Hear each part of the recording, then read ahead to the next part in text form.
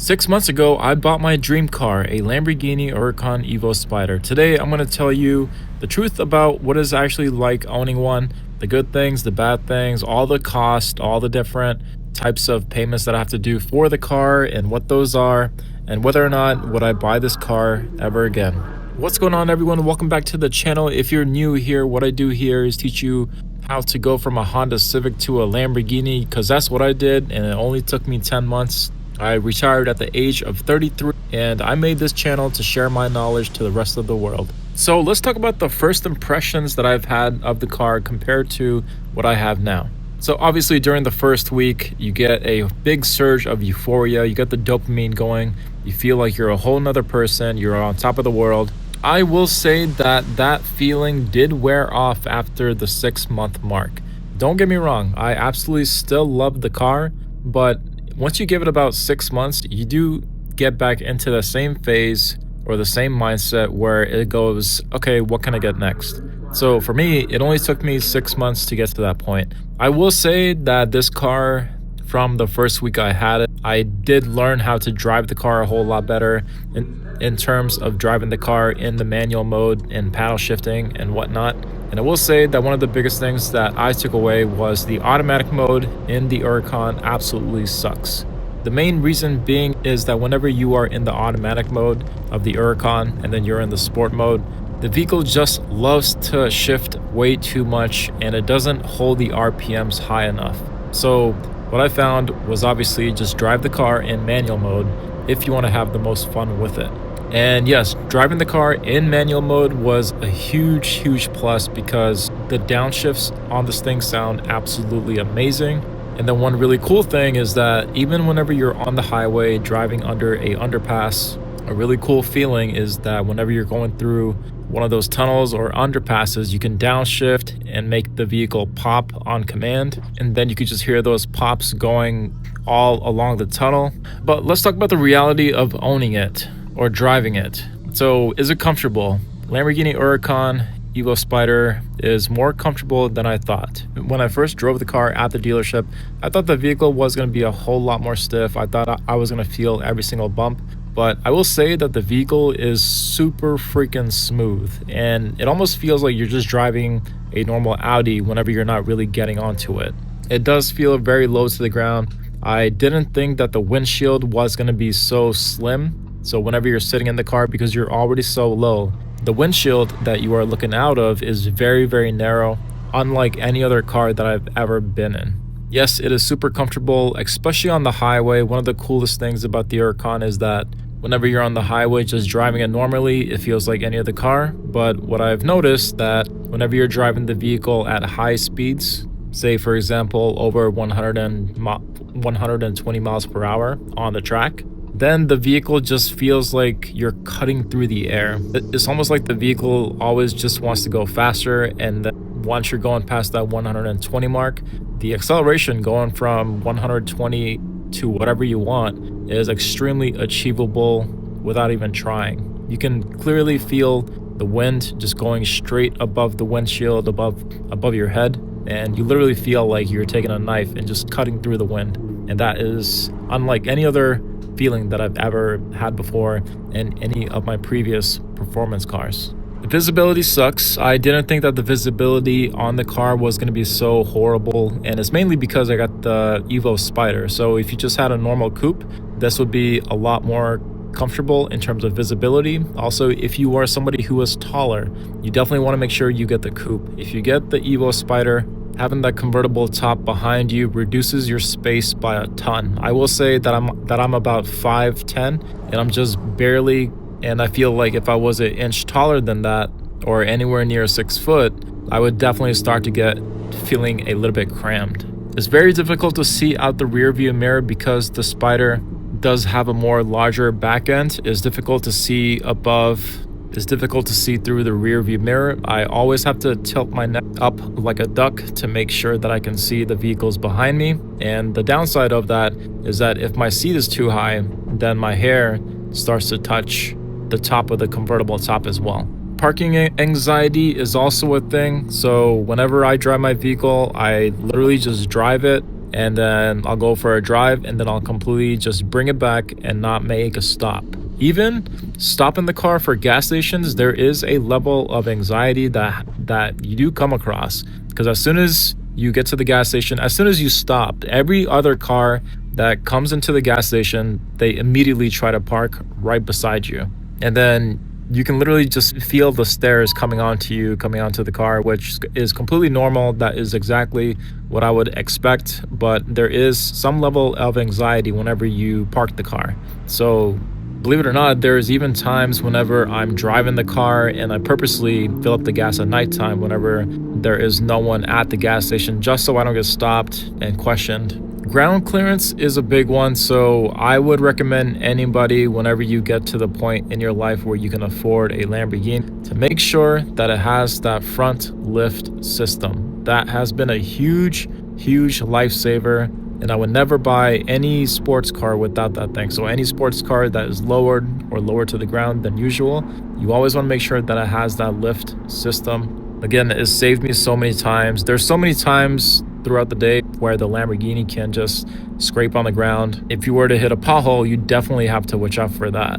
Let's talk about the reactions you get. This is actually the fun part. The most fun part about owning the Lamborghini is the reactions you get. At times it can get a little bit weird, but the reactions you get is the most hilarious part of owning the Lamborghini. So a lot of times whenever I'm driving the car, I drive around the car with a Joker mask on just to be hilarious. And whenever I drive the Lamborghini with the Joker mask on, people just absolutely lose their minds.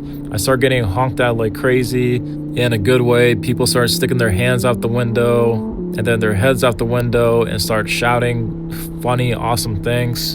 And then your whole life in that 1 hour drive just becomes a complete movie. And that is probably one of my most favorite things about owning the vehicle. And then the other thing that is awesome is that the crowd that you get around the car, a lot of the people, they're actually just seeing the Lamborghini for the very first time. A lot of people that I came across, they never even seen a Lamborghini before, especially up close. And then whenever the little kids see it, especially if a little kid sees it, they're definitely seeing it for the first time. So the reactions you get from little kids whenever you pull up with it and then you make their day, that is probably one of the best moments ever. To this day, whenever I see a kid with their parents nearby too, I always offer the parents to see if they and their kids wanted to sit inside the car just to see how that feels. And then by doing that, it does make their day and it does make life a whole lot more beautiful being able to do that. Let's talk about some of the pricing and the costs that have been acquired over the last 6 months. So let's talk about insurance. A lot of people think that the insurances on the car is going to be a lot. But if you're in your 30s like I am, my insurance that I'm paying for the car, and I have a clean record as well, I'm paying about $300 a month, and I only drive the car about 2,500 miles to 5,000 miles a year. And then the vehicle is also garage kept also.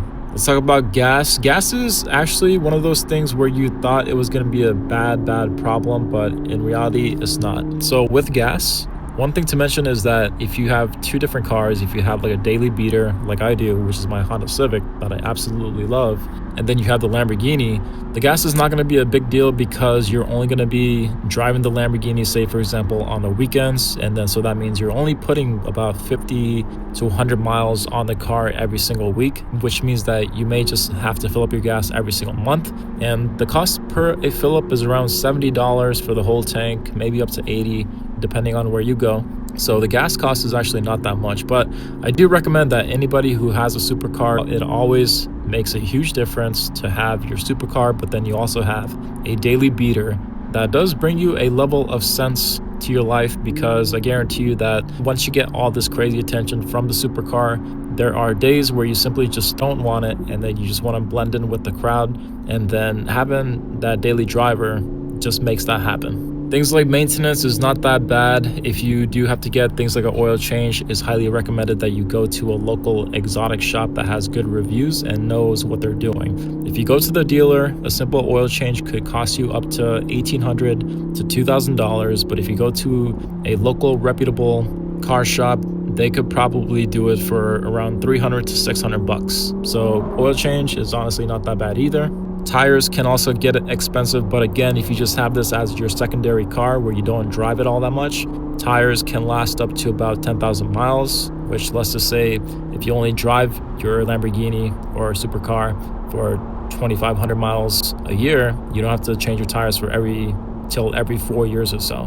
But if you are somebody who drives their car more than 10,000 miles a year, you're going to be changing your tires every single year, and that could get pretty expensive because each tire can cost you probably around $1,500 to $2,000. Reliability, so believe it or not, supercars are notoriously known to have not that great reliability, but it's been known that a Huracan has been one of the most reliable supercars in the whole entire world and maybe in history. So the same thing I hear every single time whenever I go to a shop. The last person that even worked on the vehicle as well, who has done services on probably hundreds of Huracans, Lamborghini Huracans, they have said that these vehicles are completely bulletproof. That bulletproof word is something that I hear every single time, whether it's from a salesperson at a dealership or even somebody who works on these vehicles. It's very, very true. Extremely reliable cars.